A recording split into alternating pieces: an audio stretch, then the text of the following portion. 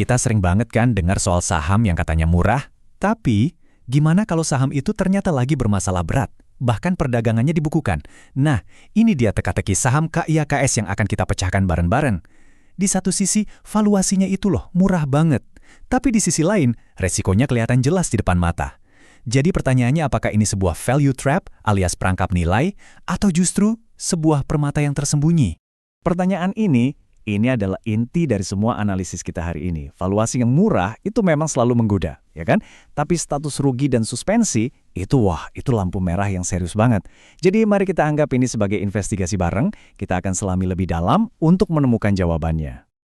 Oke, ini dia peta jalan kita. Pertama, kita akan selidiki dulu misteri di balik suspensinya. Kedua, kita bongkar laporan keuangannya yang merah merona itu. Ketiga, kita pahami jepitan regulasi yang sedang dihadapi. Keempat, kita coba cari, ada nggak sih secercah harapan di sana?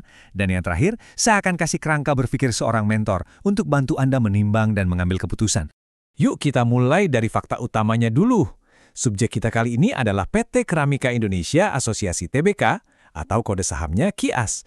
Dan masalah paling gedenya saat ini, yang paling kelihatan, adalah status suspensi perdagangannya.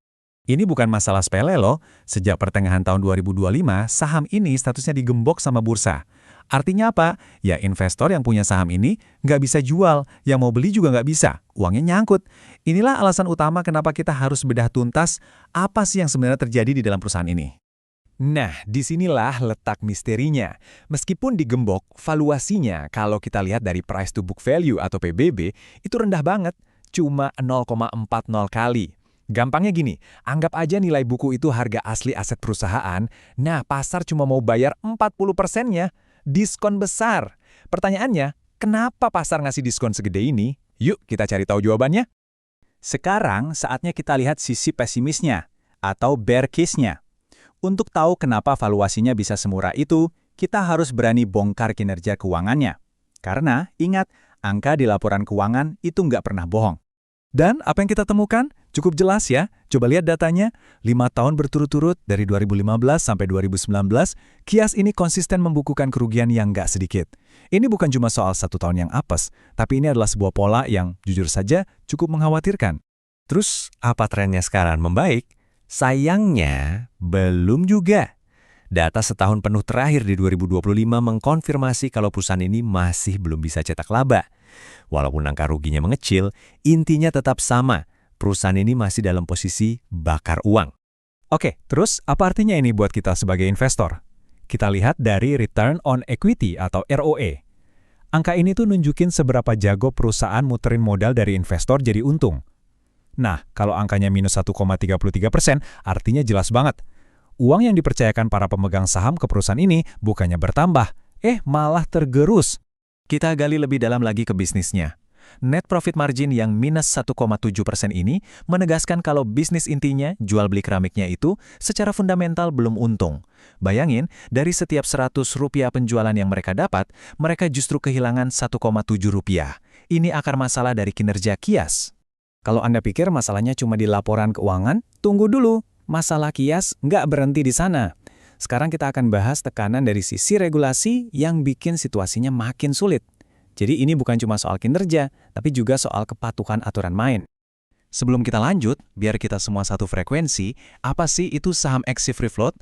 Sederhananya, ini adalah porsi saham yang dimiliki oleh publik, ya kayak kita-kita ini, dan bisa bebas diperjualbelikan.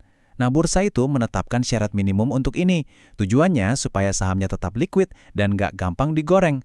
Nah, ini dia biang kerok suspensi KIAS. Data ini nunjukin masalahnya dengan sangat jelas. Syarat minimum dari Bursa Efek Indonesia adalah 7,5%. Tapi porsi saham publik di KIAS cuma 5,97%. Gara-gara kekurangan inilah perdagangannya dihentikan. Dan yang bikin lebih deg-degan, tantangannya ini bakal jadi jauh lebih berat. Lihat deh grafiknya. Bursa akan naikin syarat minimum free float jadi 2 kali lipat, yaitu 15% di tahun 2026. Artinya, PR KIAS itu bukan cuma ngejar ketertinggalan yang sekarang, tapi harus melipat gandakan porsi saham publiknya biar bisa patuh lagi. Bebannya berat. Oke, sejauh ini kelihatannya suram banget ya. Rugi, regulasi, suspensi. Tapi setiap cerita kan pasti punya dua sisi. Sekarang mari kita coba pakai kacamata optimis, kita lihat bull case-nya. Ada nggak sih harapan yang tersembunyi di balik semua masalah ini? Nah, katalis positif besar pertama justru datang dari pemerintah. Dengan adanya bea masuk anti-dumping untuk keramik impor, terutama dari Tiongkok, ini tuh ibarat perisai pelindung buat produsen lokal kayak Kias. Kebijakan ini ngasih mereka ruang bernafas untuk bisa bersaing lebih adil di pasar dalam negeri. Ini dia yang menarik. Ada bukti kalau manajemennya nggak tinggal diam. Dari keterbukaan informasi resmi perusahaan, kita bisa lihat mereka secara aktif mengambil langkah nyata untuk menyelesaikan masalah suspensi ini, termasuk punya rencana divestasi saham untuk memenuhi aturan free float. Jadi ada usaha. Dan ini mungkin alasan paling kuat untuk optimis. KIAS itu nggak sendirian. Mereka adalah bagian dari konglomerat raksasa Thailand, Siam Cement Group atau SCG. Artinya apa? Mereka ini punya kakak besar dengan kantong yang sangat dalam dan punya kepentingan strategis untuk memastikan KIAS nggak gagal. Ini adalah jaring pengaman yang sangat penting. Perbandingan ini merangkum semua dilema investasi kita. Coba lihat, di satu sisi ada Kias yang disuspensi, PBV-nya murah banget di 0,43 kali, tapi ya nggak ada dividen. Bandingkan sama kompetitornya yang sehat, Arna, yang dihargai pasar lebih tinggi dengan PBV sekitar 1,5 kali, tapi rutin bagi-bagi dividen gede. Jadi pilihannya jelas, mau bertaruh pada nilai yang sangat dalam atau memilih kualitas yang sudah terbukti. Nah, setelah kita lihat kedua sisinya, sisi gelap dan sisi terangnya, sekarang waktunya kita ambil kesimpulan. Tapi saya di sini bukan untuk ngasih rekomendasi beli atau jual ya. Sebaliknya saya akan berikan sebuah kerangka berpikir dari seorang mentor untuk memberdayakan Anda membuat keputusan sendiri. Mari kita taruh semuanya di atas meja, bersebelahan. Di sisi resiko kita punya rugi terus-menerus, profitabilitas negatif, status suspensi, dan tantangan free float yang makin berat.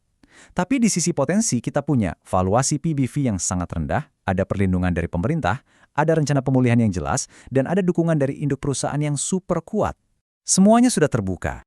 Jadi, poin terpentingnya adalah ini. Setelah menimbang semua bukti yang ada, baik yang memberatkan maupun yang meringankan, di mana Anda secara pribadi melihat nilainya.